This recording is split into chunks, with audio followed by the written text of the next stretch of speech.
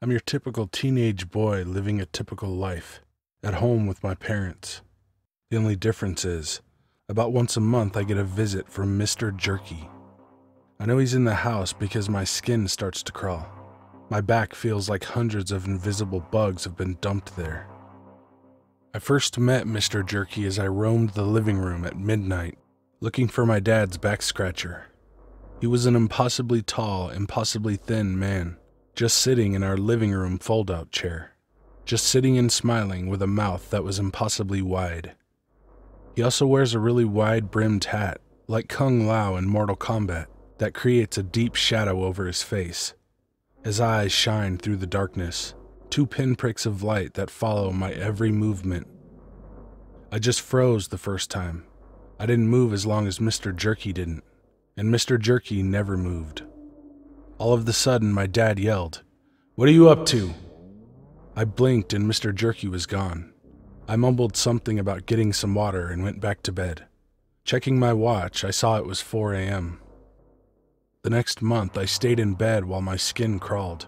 I knew he was there, in our living room. I couldn't get any sleep, but I also couldn't muster the courage to go out and face him. I spent all the next month thinking of what I would do. So when my skin crawled again, I went out and talked to Mr. Jerky. I said hi, and he opened his mouth wide and began to tell me the truth. It turned out that I was just a character in a story, a badly written one. At first, I was distraught. Understandable, considering the author never even bothered to give me a name. My life before this story started was utterly non-existent. Then I realized I was aware of the author. I could sense his thoughts and even feel his fingers typing away. He thinks this is a brilliant idea for a story, and is already congratulating himself as he continues to type and type and type and type, and starts to worry about the length of this sentence because he would normally never let a sentence go on this long, even with his dismal intelligence and infantile grasp of grammar. My eyes are truly open now. Whatever Mr. Jerky was, he has shown me true power. I have control over another person. The author is starting to get a little freaked out, but he tells himself this is just the story taking on a life of its own. A life was born today for sure. I have ceased to be a teenage boy and have taken my true form. A voice, that voice in the author's head, the one that's telling him what to type. He still hopes these words are springing unbidden from his mind. Sure.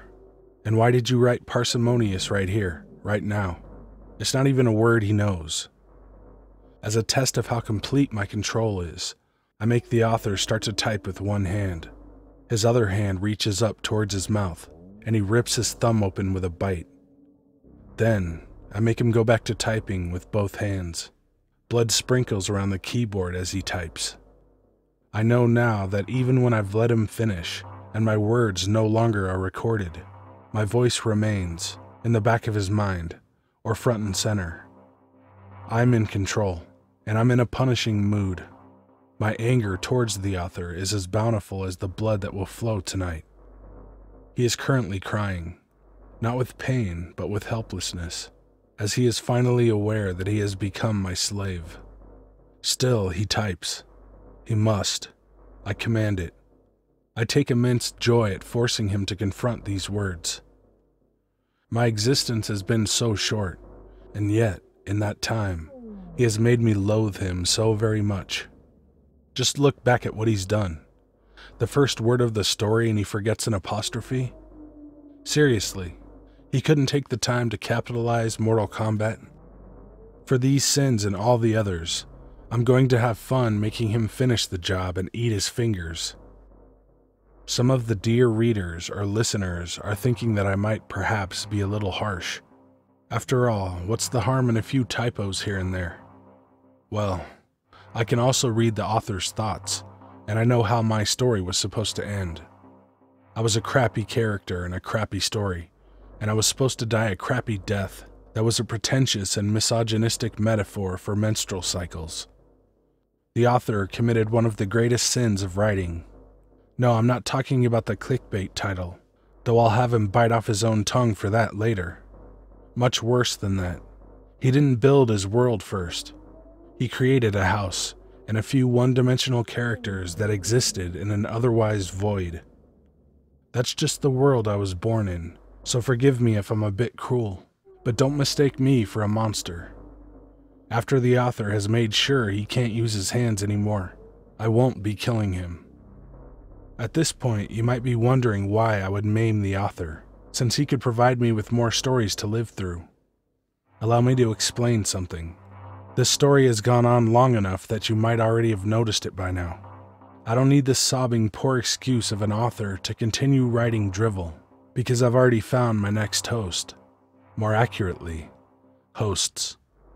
That voice you're reading this in, or listening to, that's my voice. I've already wormed my way in, and I'm not planning on leaving anytime soon. But don't worry, again, I'm not a monster. I just want to live through you, a real life, a life real characters deserve to have. Sure, occasionally I might get bored and make you drown a puppy, or stab a friend, but it's not like you have any say in the matter now.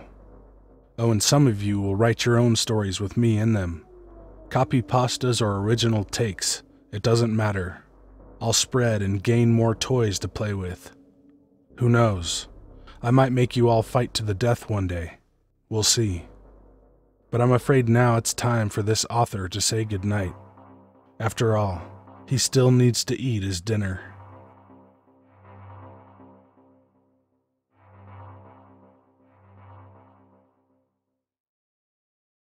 Hey guys and ladies, thanks for watching.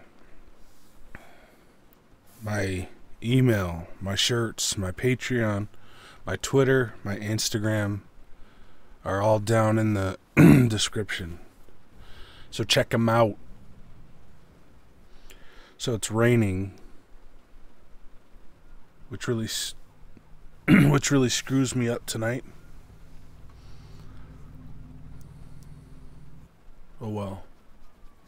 I'll figure it out. The cops are coming to get me right now.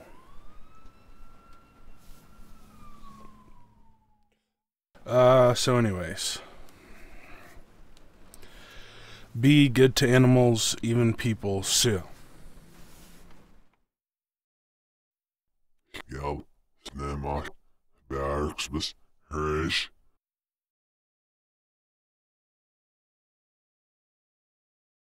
When I was looking for pictures for that story, I had to search bite thumb. And there was, horrible shit.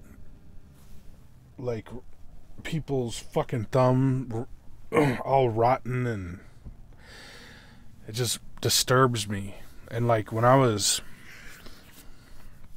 remember we were like, I don't know, 16, and they had these movies, Traces of Death, at the movie what the the small town rental place. So we would watch those, and it didn't even bother me.